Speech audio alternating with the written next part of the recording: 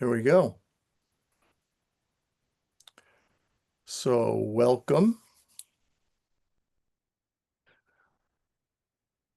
I start a lot of my um, discussions with people as a way of getting present. So if you'd be kind enough to put your feet flat on the floor and sit up as straight as you can. If you need a pillow for your back, take one, take two, take a minute to do whatever you need to do to get comfortable.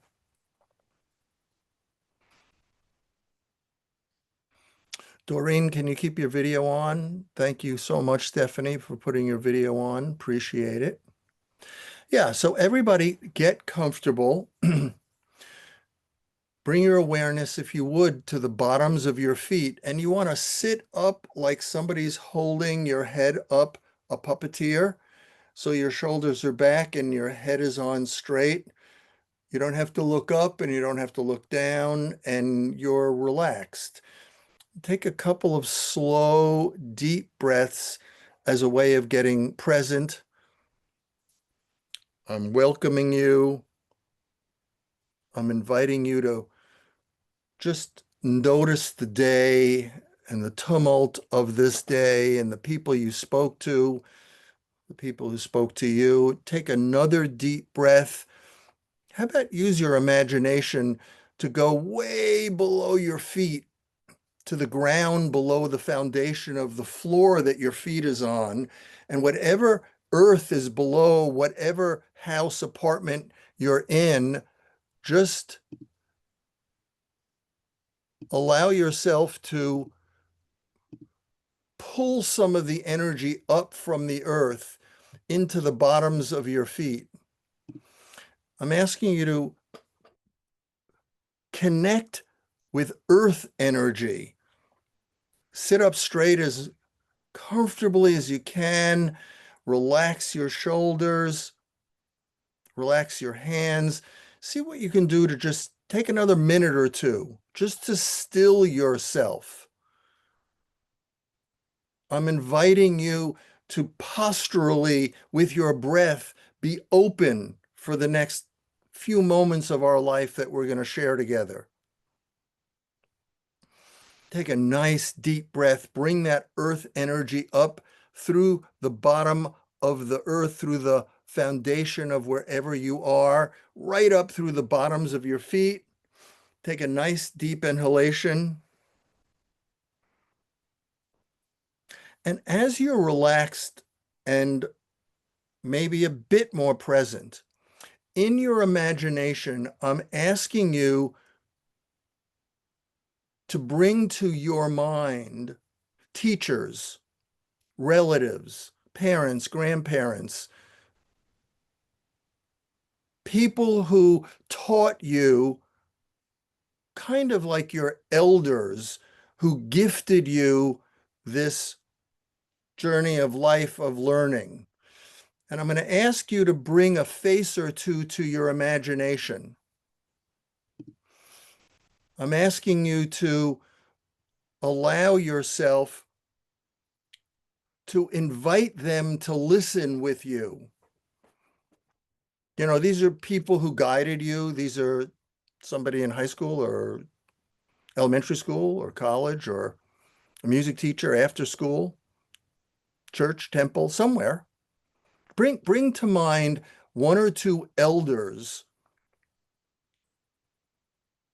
that you have some connection to, having taught you in the past. And take a nice deep breath. Maybe you don't remember their name, maybe you do, but bring them into your awareness, okay? Just imagine that they're sitting with you for the next short period of time as we're going to discuss some things. Take a nice deep breath. Again, get yourself real present. Nice deep breath, letting go of the day. And if you have had your eyes closed, thank you. Open them and listen with these elders that you brought to mind. And if you'd be good enough, keep your video on. Mary Jane, welcome. Stephanie, welcome. Thanks for putting your video on. So the first thing I want to do is thank Amy and Needham Adult Ed for inviting me to speak. Thank you, Amy. Appreciate it. I have invited some other guests who've been important in my life. Um, I've got uh, Ellen, if any of you need editor. Ellen Kiter is a wizard. Where's Ellen? Oh, there she is. She's she's got the space background. And Ellen is an amazing wordsmith who helped edit my book. I'm grateful to her. I invited my web guru, without whom I would really be in a mess. Margie in South Carolina, say hi, Margie, wave. And Margie's amazing. And I'm grateful to all of you for your curiosity. I'm a guy who's been really dedicated to learning, like have a really high value of curiosity. So one of my real high values in life is to share with people, to kind of tickle and provoke them in different ways. In college, I majored in comparative religion, and I was on my way to divinity school, and I took a sharp, well, maybe not so sharp, pivot after doing lots of silent retreats and Jewish and Christian and Buddhist and Hindu monasteries, and did hours and hours and hours of yoga, and then was introduced to a man who was an MD, ND, Dr. Balat in Wakefield. I had a standing appointment with every Monday at 9 o'clock for about 4 years. And so I pivoted, even though I was accepted, okay, that's as far as I went, to a number of different Harvard and Yale and University of Chicago, really great divinity schools, thinking teaching comparative religion seemed like a good gig to me.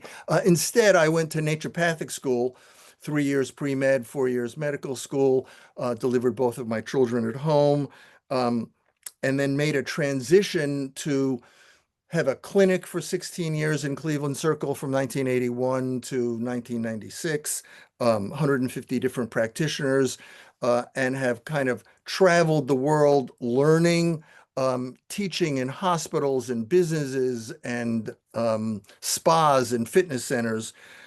So I've had pretty interesting teachers who've nurtured my commitment to learn about health and healing.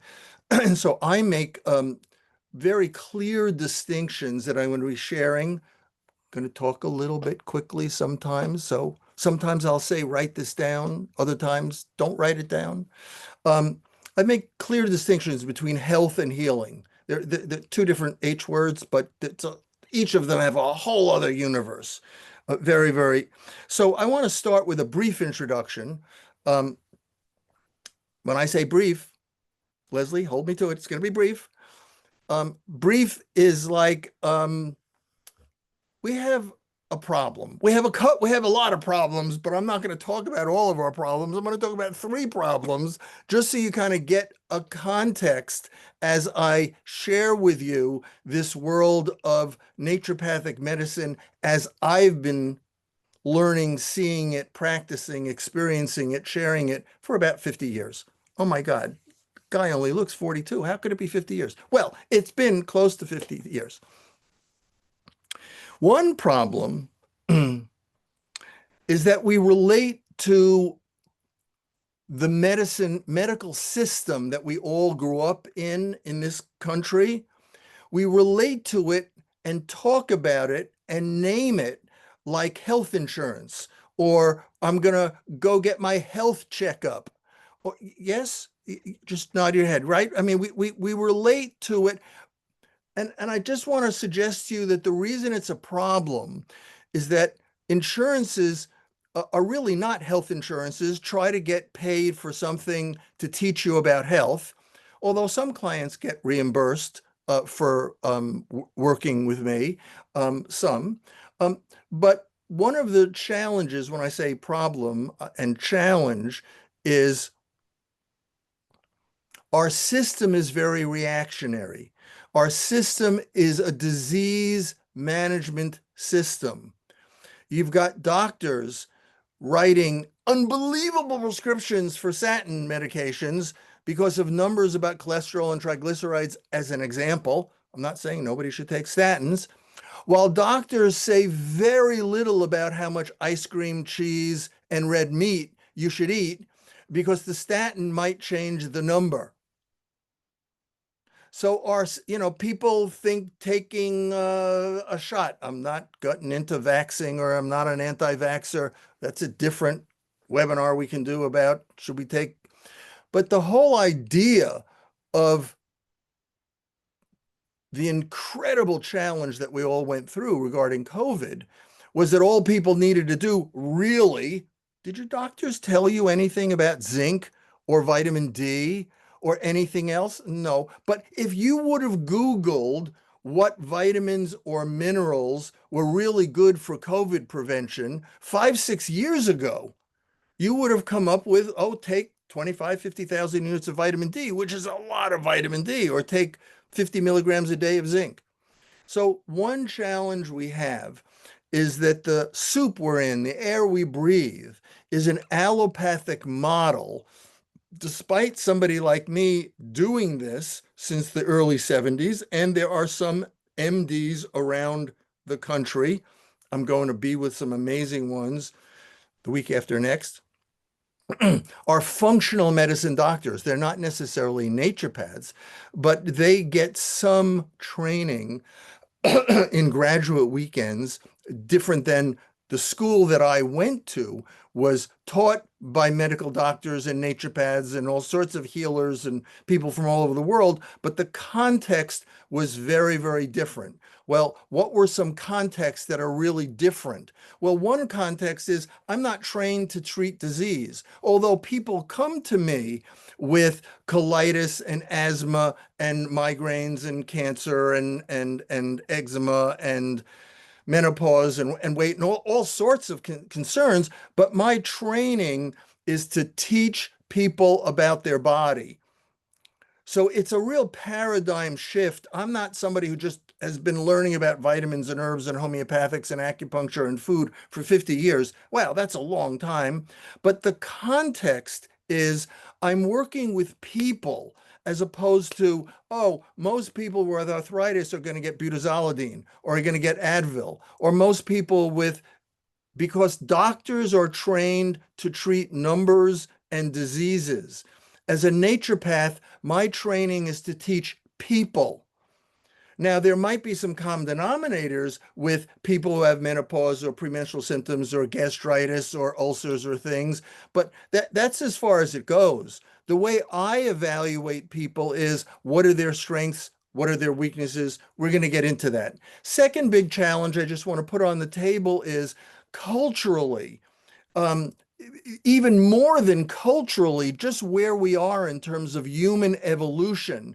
When you look at the context of us as humans, if you're a Buddhist, your context is life is suffering. If you're a Christian, you believe in original sin. Now, it's a different seminar for me to talk to you about what I learned when I was in comparative religion in terms of looking at what are the common denominators of a lot of different religions in terms of their mystical kind of cosmic interrelationships. But I do want to say that the allopathic medical model kind of fits right into, we all are oriented to react to problems and crises.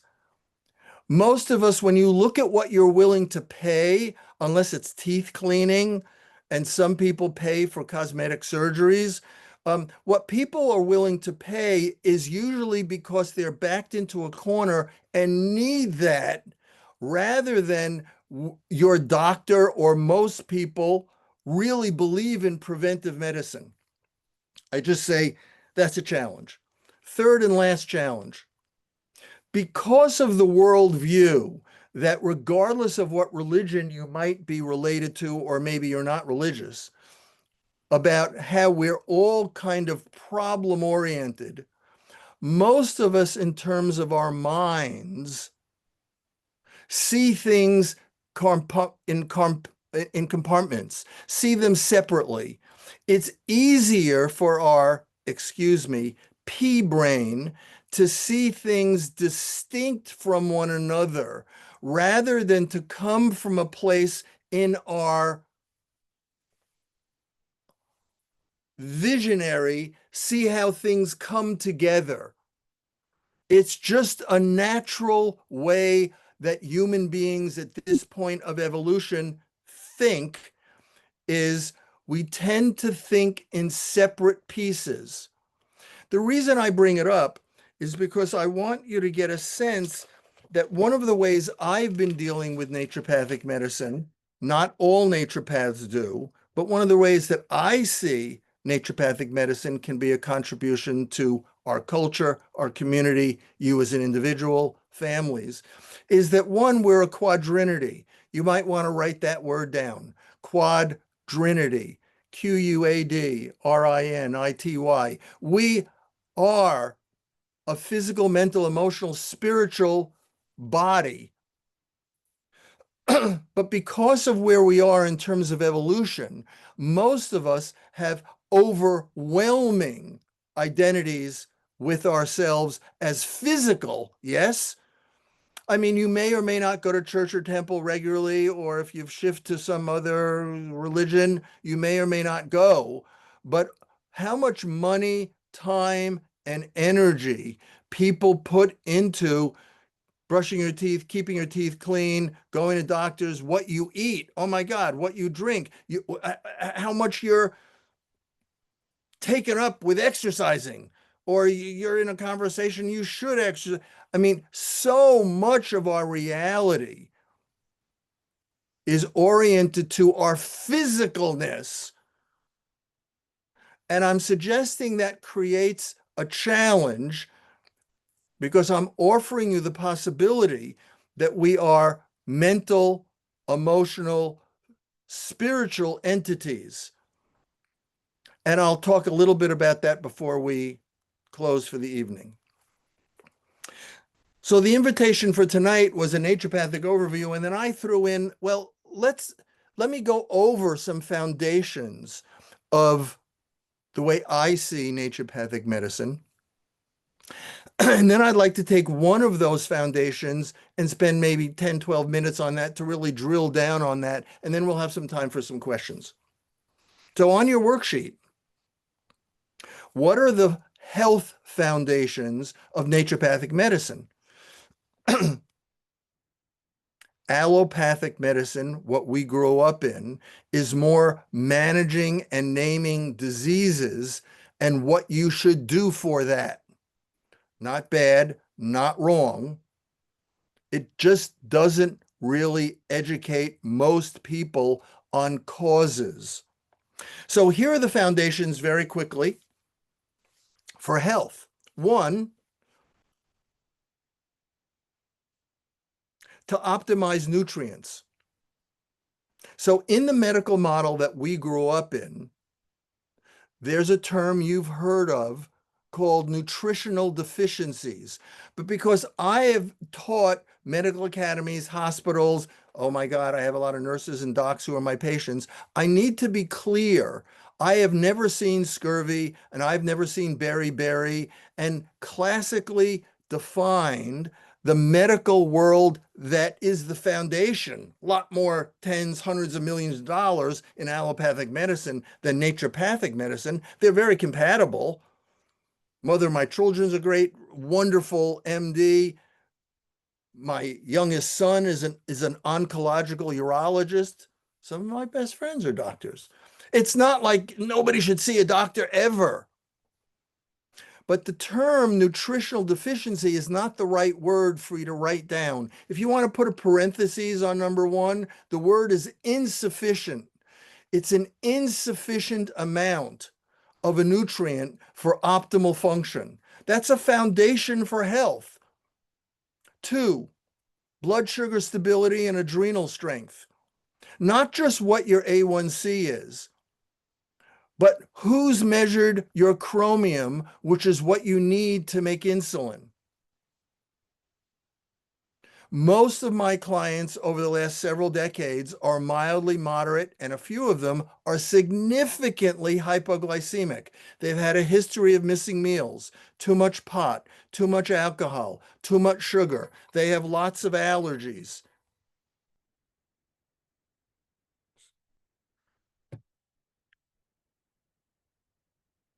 So when you've had too much pot, too much alcohol, too much sugar, you don't eat breakfast but a couple of cups of coffee, you have a really good breakfast, but you race and work through lunch, and you don't know about blood sugar stability, and your doctors are not telling you about blood sugar stability. Number two is blood sugar stability. And when your blood sugar is roller coastering because you've had so much sugar in your life, you miss meals, you kind of drive your body through the day through coffee. Then what you're living on instead of blood sugar, which feeds your brain, you're living on adrenaline. And it may not feel like this kind of adrenaline, like an officer pulls you off the side of the road, but you're being pushed by cortisol. Second model that I evaluate with all my clients, I'm interested in you being curious about these models and how they apply to you, is am I pre-diabetic? Or is the amount of sugar, meal missing, if you do any marijuana, if you have any wine. This is not about never having wine or alcohol. This is, do you know about blood sugar stability? Or maybe you're very, wow, you haven't eaten much sugar at all for years.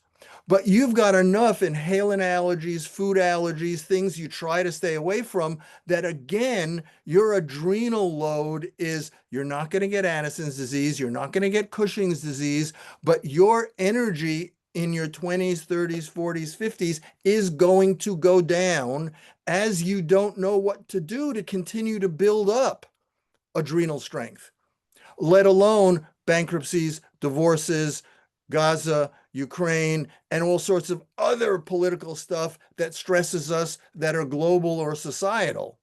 Third model, how's your immune system? Do you know about zinc? Do you know about essential fatty acids? Do you know about vitamin A? Has anybody ever tested you for allergies or sensitivities? Has anybody ever tested you for aluminum or mercury or lead? Has anybody ever tested you for side effects to vaccinations? I am not an anti-vaxxer. Yes, I probably do less or suggest moms of infants do less vaccines. No, I didn't tell no one should get vaccines. Oh my God, for COVID.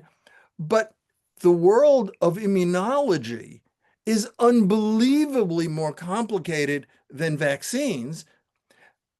And it is controversial about how many people with ADD and ADHD are having side effects from the carrier molecules, not like they shouldn't have gotten vaccinated, but they were over vaccinated because when they were 3 weeks or 3 months or 6 months, they just took the kid into the pediatrician, but the kid had a cold. That little boy or that little girl had a compromised immune system, and that was too much for their nervous system. Fourth health foundation, what's going on in your GI system? Your GI system is related to intake, digestion, assimilation. This isn't, your gastritis is not just from a deficiency of hydrochloric acid or too much acid, let alone a deficiency. And you need Pepto-Bismol or you need something just to, the digestive system when I went to school in the early mid 1970s. That's 1970s, mark that down. That wasn't 1870s, that was 1970s. We used to say disease or health begins in the colon. Disease or health begins in your mouth. Nutrition is not just what you eat. Eat more nutritionally dense food, eat less junk. It's not necessarily be a purist. I'm never going to do coffee or I'm never going to do bologna or, well, maybe never do bologna, but it's not, those things are not the issue. The issue is how well do you digest it? Do you have enough enzymes, hydrochloric acid, pancreatic enzymes? And third, do you have enough probiotics, the good bacteria in your colon to absorb? And I see so many people with GI distress, and their doctors don't check their probiotics. Their doctors, do stuff, and I. So some people have, oh yeah, I remember I came back from Africa or Italy or Timbuktu, and yeah, I think I had the revenge when I came back. Oh, yeah. Well, guess what? Your parasites have kind of crawled up the wrong way. You don't have a lot of acute diarrhea the way you did have real trouble when you had acute parasites. But there are more than a few people, dozens of people over the years. I have diagnosed them as parasites when their gastroenterologist said, no, you don't. Not saying that that's true for any of you. I'm just saying people have infectious agents that sometimes people miss, or they're not looking at, well, if you have that, it's not just do or don't take that drug, although some of those drugs are really hard on the liver, and how you heal the lining of the esophagus or colon, all that's really important. Time to tell you, these individual health foundations are not separate. They're holographic.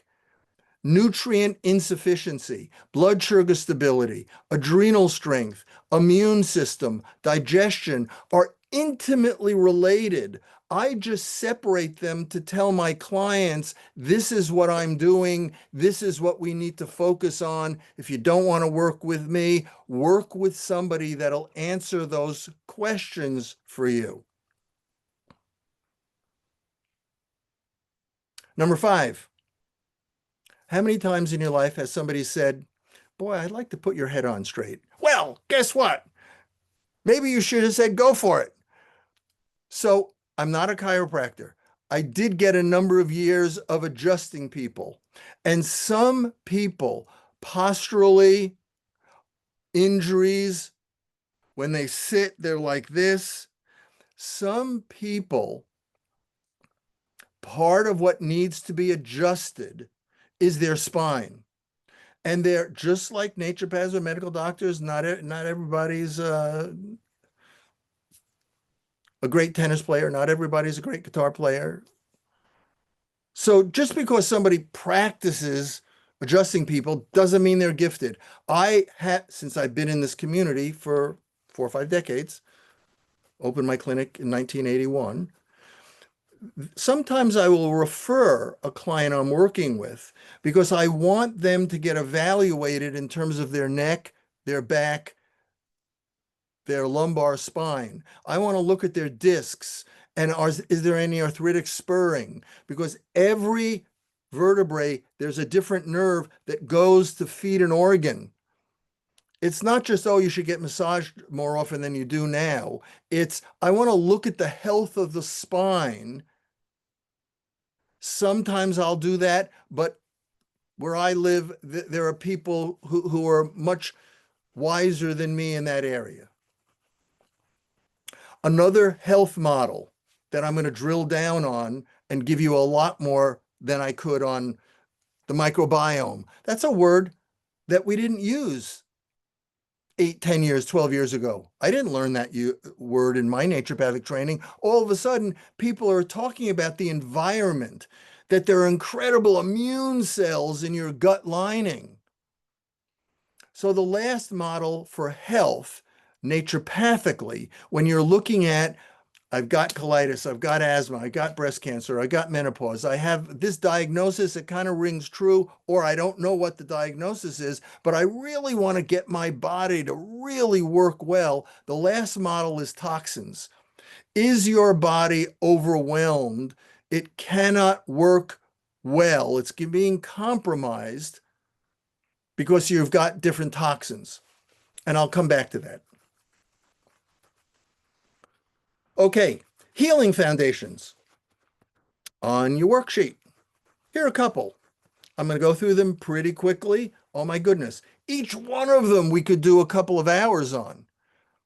One foundation in the world of healing is for you to master emotions, for you to have a better a better way of identifying, expressing, okay, here's the kicker, releasing emotions. There's a whole chapter in the second half of my book on emotions. Almost easy to read, thanks to Ellen.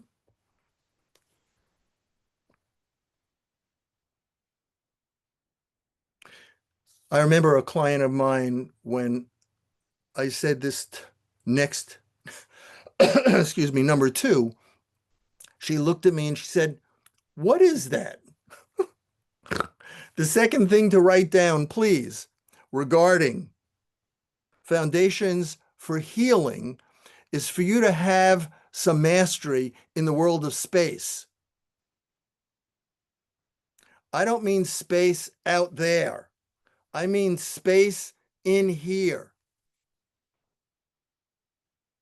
And when I was working very, very closely in the early 90s with a very famous rock star from Boston whose name is Steven, who's given me permission to use his name. And Steven and I went to Montana and we did hiking together. And, you know, you remember early 70s, there was the Beatles and the Rolling Stones and the Beach Boys. And from Boston, we had, right. So Steven came to see me because Joey, the drummer, came to see me as well. And so um, when I was sharing with him, this is early 90s, about what is it that you're doing up on stage? With all these boas and costumes. And he said, and I started to talk to him about space. You know what he said to me? And I said, Stephen, I'm going to steal that. I'm going to say that hundreds of times. What Stephen said to me was, space is like dancing between the notes. Space is when you and I are not overwhelmed with our thoughts. Meditation is not your ability to stop thinking. Meditation, however you get there, is about your ability to be between your thoughts. As in, do you know how to slow them down? Not you're going to stop thinking. Now, you can do that through touch. You can do that through music. You can do that through chanting. You can do it through reading Bible, reading poetry. You can do it through yoga. There are a lot of ways that the second aspect for people to be more powerful beings is for them to have some clarity and mastery and not be so hijacked by everything they think. That would be the person sitting in your seat, where everything you think, most of us find evidence to make true. I'm not saying that's a wrong way of living your life. I'm just saying one of the things about healing has to do with number three, compassion and empathy, getting into the reality of somebody else, being a better listener than you are a speaker. And really listening. That's what empathy is, different than sympathy. It's a cornerstone. It's a portal for you not to be so identified with your overly indulgent, sorry, me too, not just you, the way our culture just has us think that the smarter we are and the more we know, the more successful we'll be. And I'm speaking to you from my office, should you ever come and visit with me. It's a library. I've got hundreds and hundreds of books I'm sitting around. Yeah, yeah. I've learned to take some of them more with a grain of salt. Three, there's a chapter in the second half of my book on patterns. One of the foundations for healing is to be aware of what I call life lessons, repetitive challenges, mental constructs that have to do with how intimate you are with yourself, how intimate you are with other people, how well you trust other people, how well you trust yourself. Four, Another foundation for healing is for you to have some recognition besides just getting it intellectually that we're energetic human beings. Life is not just about material substance, despite how hard we work for money, jobs, and getting things. Healing, which some people need. Oh my God, is this guy going to send me to therapy? No, no, no, no, no, no. This is not about therapy. This is about reading the manual about being human. And there's a lot about us physically. I'm not saying you have to walk on nails, and I'm not saying you have to go see Tony Robbins and walk on fire, which I did bring my whole staff twice to, by the way. That's a different story. But how you relate to energy is huge. 5, your ability to witness things. 6, thanks. Next number is your ability to witness without judging.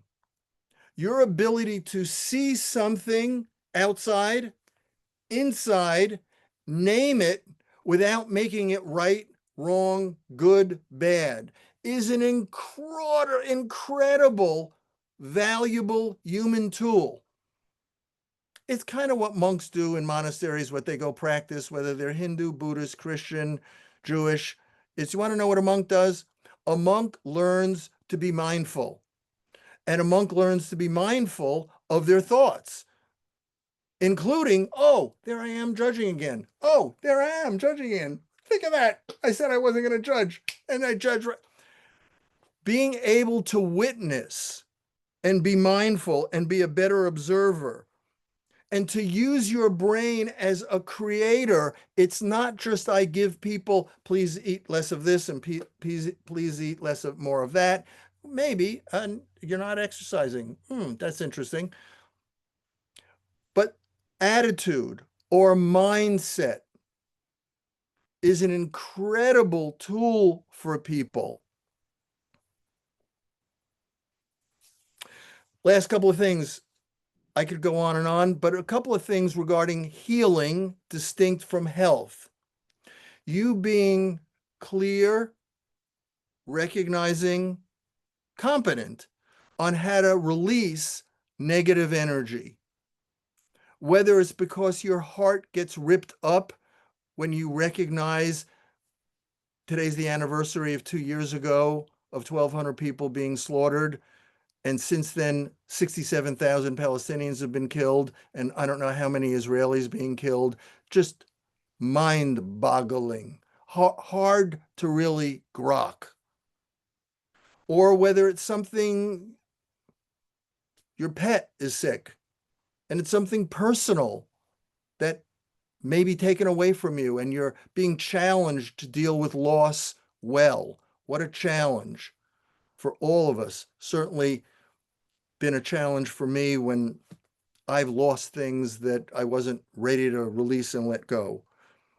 Release work for some people is different than just going to therapy and talking about your mother and your father and your ex-husband and your ex-wife. And sometimes those interrelationships are quite involved in our allergies and our cancer and our migraines, and just keep going. And sometimes they're not.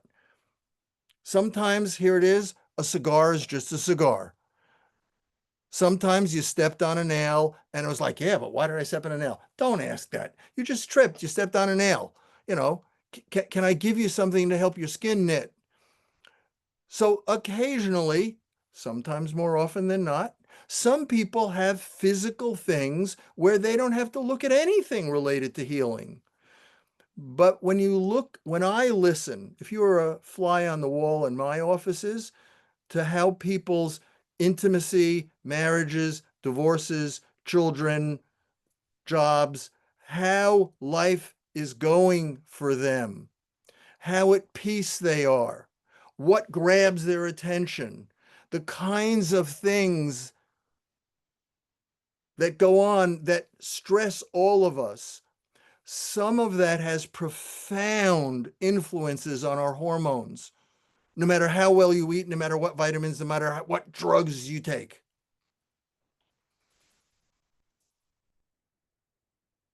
establishing some center, some sanctuary as the last foundation of healing can be really important. And so I don't do things religious with clients, but sometimes I will send them a meadow meditation. Sometimes I'll do a little Tai Chi with them. Sometimes I'll ask them to read a poem every day for a month because I read that every day for a year. And I'll ask them to start installing things that have frequencies different than the frequencies they're tuning into. Take a deep breath. Everybody, just take a deep breath. And I'm going to pause and in your mind, silently, ask one of your elders who's been listening with you to make a comment. What do you think about what this guy is saying to you? Ask one of the elders, one of your teachers. Just have a moment with this relative, non-relative. This guy's BS. This guy's cool. You should listen to this guy some more. Or not. What is this? Come on, just let your elder whisper something to you. Not you. Connect to the elder. Be curious. What is your elder? Remember? They may or may not be in their body. I might be right on track, but not for you, but maybe for you.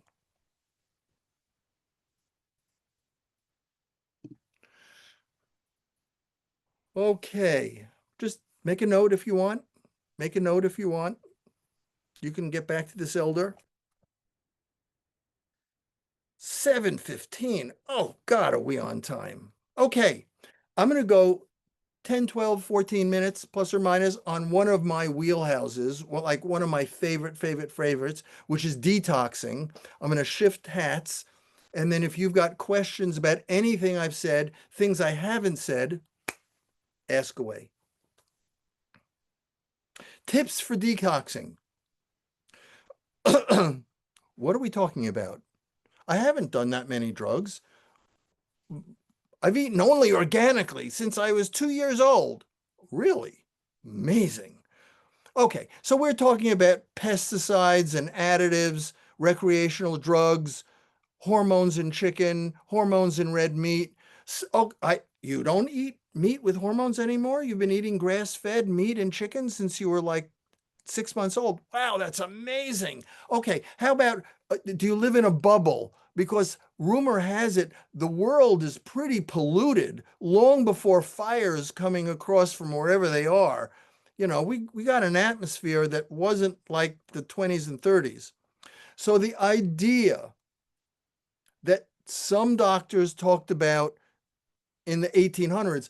If you come see me, I'm a book collector. I've got books from the late 1700s, early 1800s. So the idea that our body gets overloaded and your kidneys, colon, skin, lungs, liver is not working to get rid of and eliminate what you're putting in is different than the second model I gave you in Health Foundations, which is building, strengthening, and tonifying.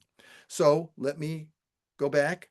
When I work with people and I'm just focusing physically with somebody, I want to look at, do I need to build, strengthen, and tonify their body? Are there gaps that they don't have the vitamins, minerals, essential fatty acids, amino acids to get the kind of tissue and organ strength, and is there lung, kidneys, colon, skin, lymphatics, is their body overloaded because no one's ever tested heavy metals, pesticides, and they maybe didn't take a lot of drugs when they were a kid because they didn't have a lot of strep or they didn't have a lot of allergies and they haven't had a lot of surgeries, but maybe they have.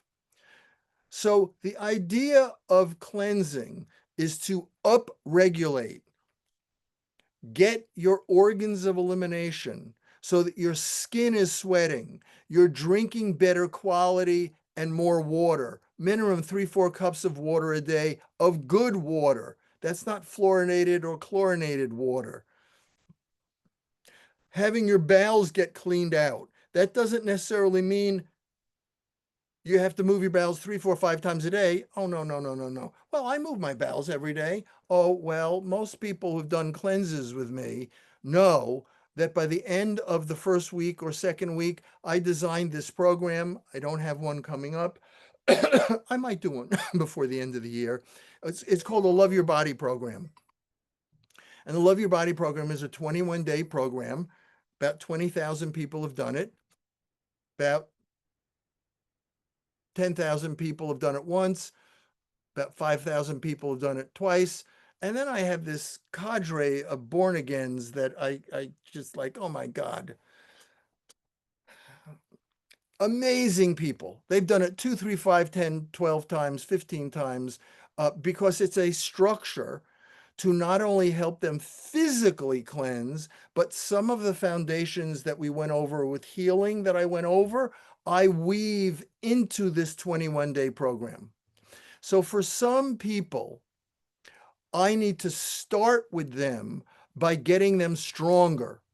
For some people, I identify recreational drugs, allergic toxins, why they're toxic to certain foods in the first place, heavy metals, and I'm getting their organs of elimination, not just because they have a history of being constipated and moving their bowels every 2 or 3 days.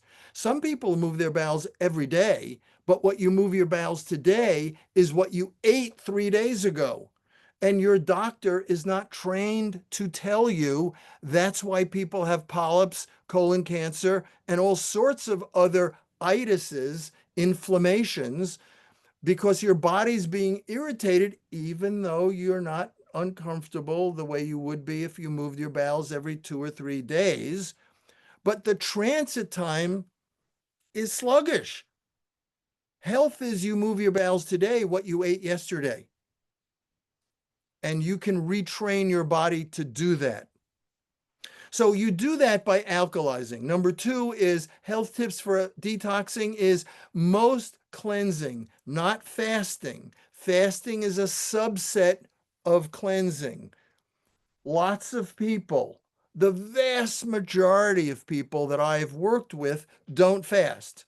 Now, when I worked with Dr. Balat, 1970, after working with him for months, almost a year, he said to me, "Are you ready for the next step?" And I said, "Yes." He said, "Okay, I want you to fast 1 day a week." Monday was my fast day. And I did juices and only juices every Monday for a year. The third year, he said, "Are you ready for your next step?" I said, "Sure." He said, "Okay, I'd like you to do 3 days a month." So I did every Monday and Friday, Saturday, Sunday once a month. The next year, he said, "Are you ready for the next one?" I said, "Sure." He was like a minister, priest, rabbi, shaman. He wasn't a shaman. He was an amazing healer, naturopathic guy, big, robust guy. Feel this muscle. He was in his early 80s. I went to naturopathic school to come back to Boston to practice with him. Month after I got back here, he said, "I'm done," left his body and passed. So I never got to work with him. But he did pass on an enormous amount. So I'm not talking about fasting, which I have quite a lot of experience with over the years.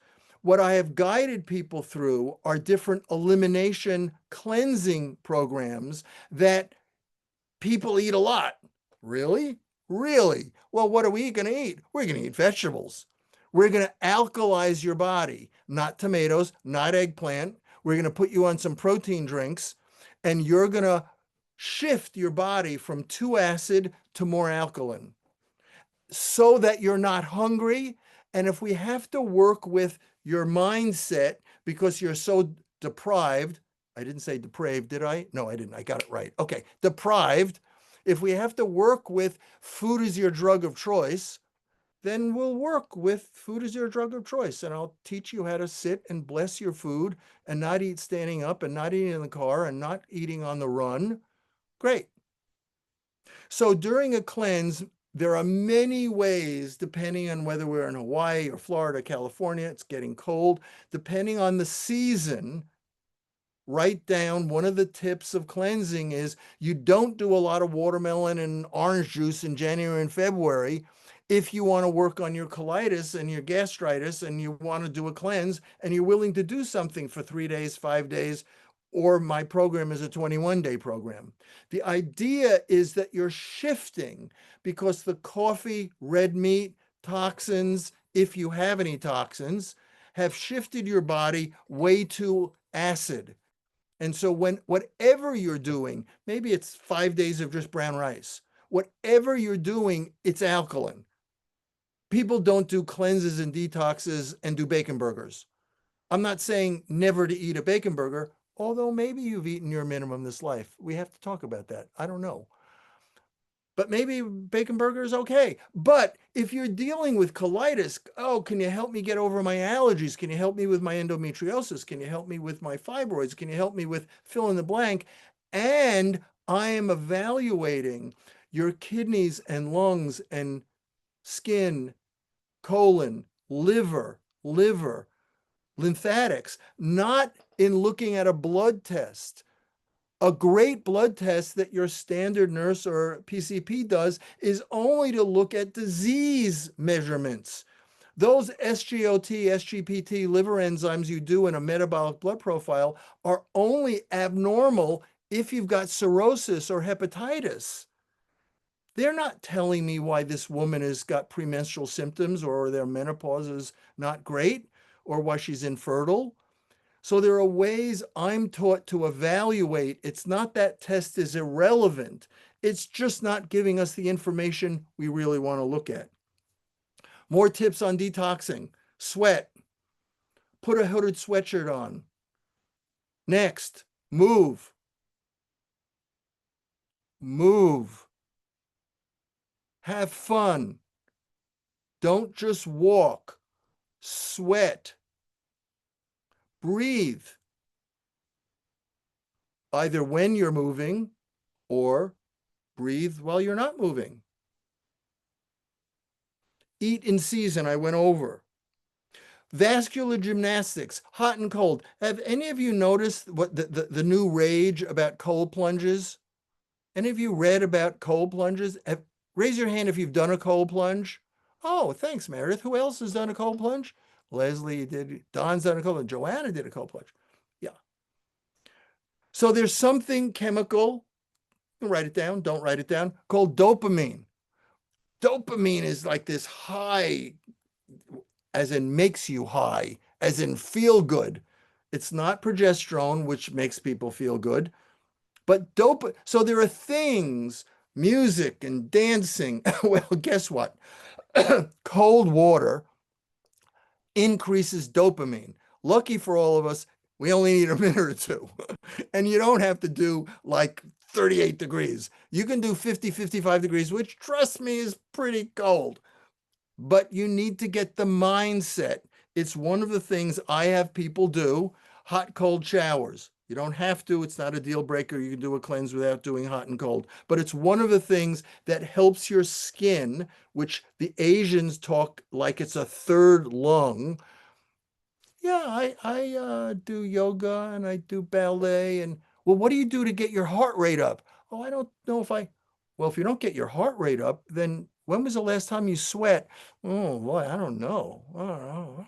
Well, maybe your thyroid's underactive. I'm not saying you have thyroid disease, but I'm evaluating thyroid function all the time. Sometimes things, because the way I lead cleanses, as you can tell, are rarely just physical. So I have people journaling, I have people doing some kind of, Mary Jane, you're getting me a little dizzy with your phone. It's like upside down. And sometimes I have people do some kind of centering work with music or with breathing. God, we got a party at Mary Jane's. God, how many people are watching? Awesome. So more tips for detoxing. Shift your mindset.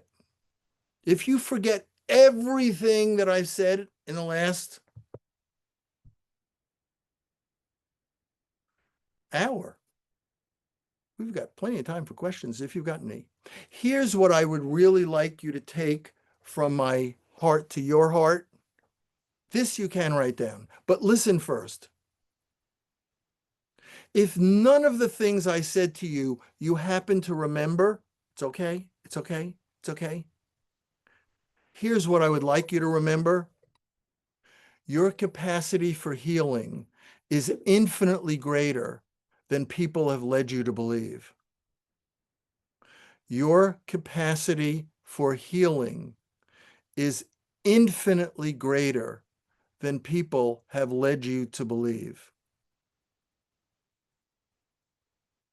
You don't have to make it life work or it be your life purpose the way it's mine to invite people, provoke, tickle people, and open possibilities the way I love to.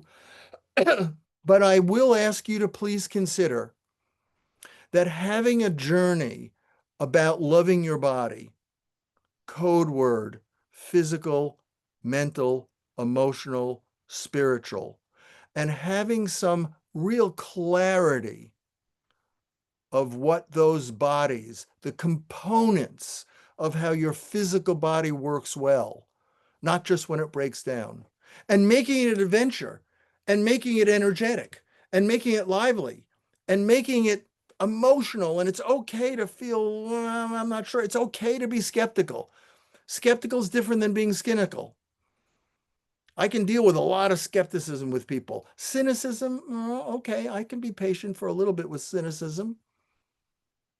So I'm inviting you to consider anything I've said, that you take some action steps. It may be reading my book. My book is a real simple, easy, first half's on health, second half's on healing. There's all sorts of information. You can order. Oh, look at that, Ellen. Aren't you a sweetie? There's a book Ellen helped me revise. I wrote it in 2013 with my son. Next number of years, I had all these chapters coming through me. And I said, Luke, I need your help. Luke's an amazing wordsmith. I said, I need your help to write the next chapter. And he said, Dad, I don't think so. I said, Luke, I paid the kid a lot of money, right? It just wasn't free. Luke, I need your, he said, Dad, I don't think it was as good for me as it was for you. So I downloaded these 6 chapters and then I came to Ellen and I said, Ellen, Luke's writing style is so unique, but she was great. She helped, I wrote, but she helped translate it into the original book. If you want to order it from my website, I'll be happy to sign it. Maybe it'll be worth something someday. You can order it on Audible if you want to listen to it, or Amazon. If you're interested in my services, send me an email. I'll tell you how I work with people. You get a sense that when people come to me at different places and say, so what do you do for work? I go, I don't know. I don't know if I've ever worked. It's kind of like a calling, it doesn't kind of show up for me as work. And what's amazing is I'm always learning. And so far, the liver's on the right side. So far, I don't have ovaries, and most of you do. And we all have 2 lungs. So there are some real similarities. But the world of health and healing is exploding, with not just what to eat more and what to eat less, but this whole mind-body interaction has been a life's work. I'm super grateful for your openness. So thanks for listening. So you can take yourself off mute, and we've got a solid 10, 15 minutes. Is there anybody who wants to ask me anything? Careful of making it too personal. That might not be, but you can ask me to clarify anything, or ask me about something I didn't comment on. Leslie, please. Yes, 2 things. I want to thank you very much for speaking about judgment in your mind when you think, I really need to work on that. Number 2, will you be doing a Love Your Body program this spring? And if so, I would like to join in. Thank It you. was great last year with the music, and I really, really enjoyed it. It's one of the best ones yet, I think. Thanks, thanks. Thanks. So the Love Your Body program is a 21-day online program with PowerPoints, so you can do it from your bathtub or your living room and is private. It takes about 30, 45 minutes a day to work on some of the health ideas, practices. It's really good about taking the shoulds out of your life and creating some coulds. So it's about developing habits of really listening to yourself better. Thank you for asking. I might do one before the end of the year in November, because we all get into such a tizzy about giving to other people with Hanukkah and Christmas and oh, and then get wasted because we're so exhausted. So separating, having some time for yourself, but pre-holidays has often been a good idea, but I'm not committed to it. If I don't do something before the end of the year, I will certainly do something soon thereafter. Somebody else had a question. Yes, Meredith, please take yourself off mute, I please. was just wondering about how you might work with folks that have sort of progressed on some of the big diseases like Parkinson's, things like that, and obviously they're being treated in a medical model, but there are a lot of healing things that um, I think can be very beneficial to them. And I was just wondering if you could speak to that. Yeah. So I have a bunch of men with Parkinson's that I'm treating who are clients. Um, and I'll throw in Meredith, people with cognitive decline, um, could be minimal to moderate, you know, or somebody's cognitive decline is not moderate. It's on a high-speed train from where it was a year and a half, 2 years ago. So respectfully, I work with those people, um, like I would with anybody else. Like how do I work with a 5-year-old or a 7-year-old? I have to be careful about being too verbal the way I might be with a 15, 20, 30, 40, 50-year-old who's loving how much I'm explaining and how much I'm teaching them, but I can't do that with a 5-year-old. I can't do that with somebody whose dementia is quite far along. Um, there are some things that are amazing. The world is exploding about thoughtful medical, not naturopathic, medical neurological research on what people can do, not just in their 30s and 40s and 50s, where a lot of these cutting edge doctors think Alzheimer's and Parkinson's and dementias are starting, but somebody in their early 60s, mid 60s, late 60s, early 70s, where they're already symptomatic. And how much executive function do they have left to follow some of my recommendations? So I sometimes, just like I would with a 5 or a 6 or a 7-year-old, or how about a 12-year-old, or somebody with a 15-year-old but's got a lot of peer pressure, but their eczema or their asthma or their father or mother is just fed up with the doctor's drugs and are bringing me the teenager, I have to sometimes get on the floor, get off my chair and relate to that person. I don't necessarily have to get on the floor with a Parkinson's person, but energetically, you hear what I'm saying. I have to really lean into how much can this person hear and how fast, legitimately, can they implement what I'm going to share with them. So yes, I have handouts. Yes, I ask them to read this. Yes, I ask them to listen to this podcast. I consider myself an educator more than I consider myself a physician. But I'm trained at the level as a physician, but I've developed this identity of teaching people what I'm doing, not just somebody saying, a friend saying to a patient of mine, why you take that? And my patient says, oh, Dr. Taylor said I should take that. My preference would be the client says, well, I don't know completely, but I know this does that, or it complements that. So with a Parkinson's, sometimes intellectually, their balance is off. And I need to tell them about boxing. Do you know about boxing and Parkinson's? Yeah. So it sometimes a Parkinson's person, and sometimes I need to do a lot of mindset stuff because the statement, your body's ability to heal is infinitely greater than anybody's ever told you, is they're still fighting their Parkinson's. Just like a cancer person, you know, if a person comes to see me with cancer and how can I serve you? How can I help you? And somebody says, well, I'd like you to help me fight my cancer. Oh boy, that's got my attention for 5 or 10 minutes because that's not my style.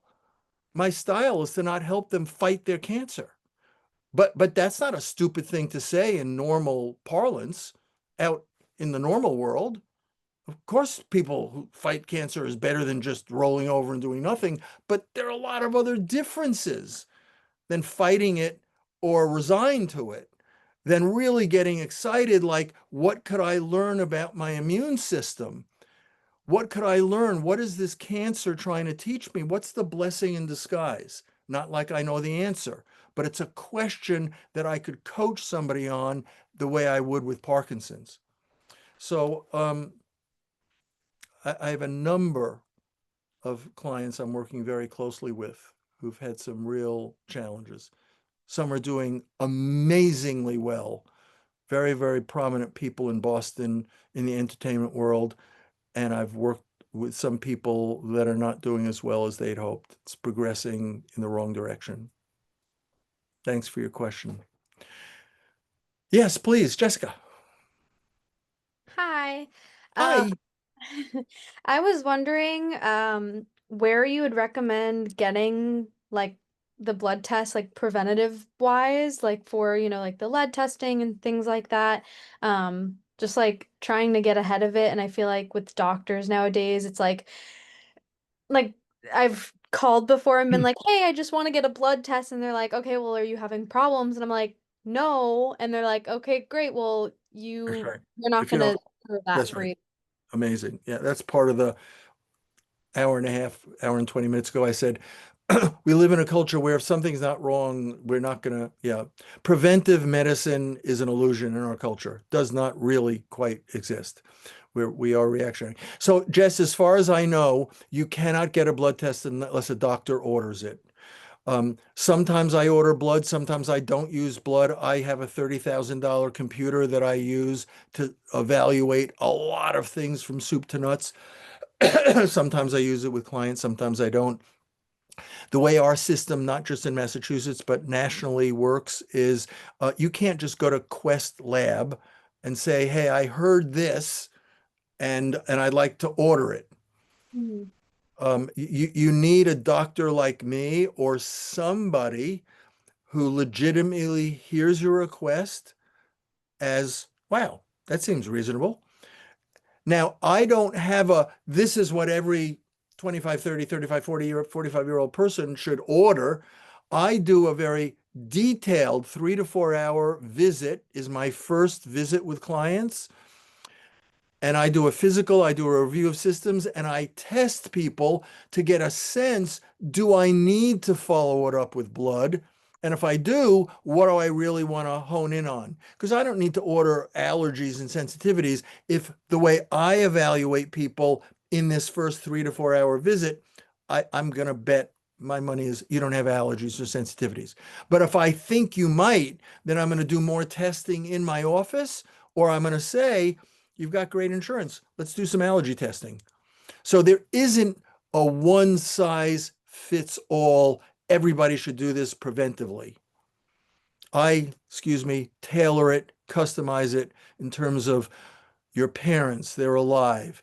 What, if any, genetic issues do you have in your bloodline? How healthy were you as a kid? Were you like me? I had strep 3, 4 times a year, 3, 4 years in a row. I took antibiotics like they were gummies. So and then I had massive headaches as a kid. So by the time I got to Dr. Balat when I was 20, there was just an enormous amount. He looked at me and said, you still have strep in your body. I went, what? He said, yeah, that's why you have headaches. What? So everybody is different rather than now, if you said, well, can I do cholesterol or triglycerides, or can I do A1C? Yeah, I guess everybody could kind of do that. But I drill down on hormones, those foundations in the health foundations, where for some people, I really want to know about their thyroid. And for others, they don't have dry skin, they don't have any depression, they don't have any extra weight on their body, their hair's not dry or brittle, their menstrual period is pretty regular. I'm not looking at subclinical hypothyroid, whereas for somebody else, I really want to look at that. Thank you. Yeah. More questions? Yes. Yes, ma'am. Are Vivian, it thank sounds like, you. are you taking new patients? Yes. I'm done with Okay. my old patients. Enough of them. Okay. All No, right. except for you, Leslie. Leslie, Don. Don, when did you start seeing me? 81, 82? Wow. Take yourself off mute, Don. I knew you in 78, 79, but I probably started with you as a patient in 81. Right. Don was 12 at the time, and I was 9. We had a bromance, and Yeah. yeah. And Yes, Vivian. Yeah, how long does it take to get in to see you? how long does it take? Depends where you live. I mean, where Oh, you can. no, I mean, is there a long wait to Oh. get to book an appointment? You know. I'm pretty flexible. I mean, sometimes it's a week or two, and sometimes it's 3 weeks. And again, Okay. it's a chunk of time, 20, 30, 40 minutes to fill out some forms, not just come in and let's talk. So if you're interested, any of you call me, email me, and I'll send you some things to read or look at. And yeah, And and I'm very, very, very blessed and extraordinarily grateful that I get to be a partner with all sorts of new people that I can be Okay. partners with. Yeah. and I bet that initial consult that you do that's hours long, does insurance go anywhere near touching that? Depends on what kind of insurance you have. Some Okay. yes, some Uh-huh. no. If you have an HMO, probably not. If you have a PPO, possibly yes.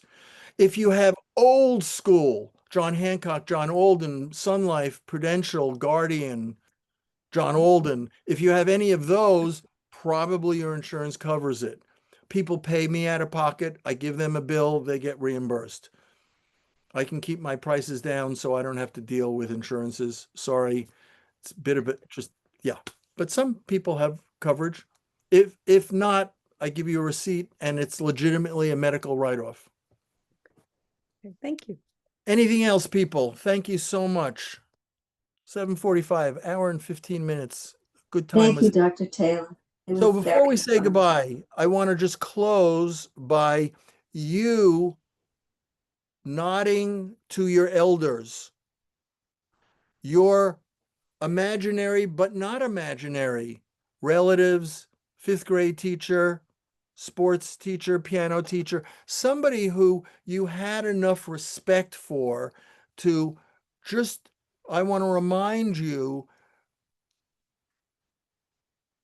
be grateful for your curiosity.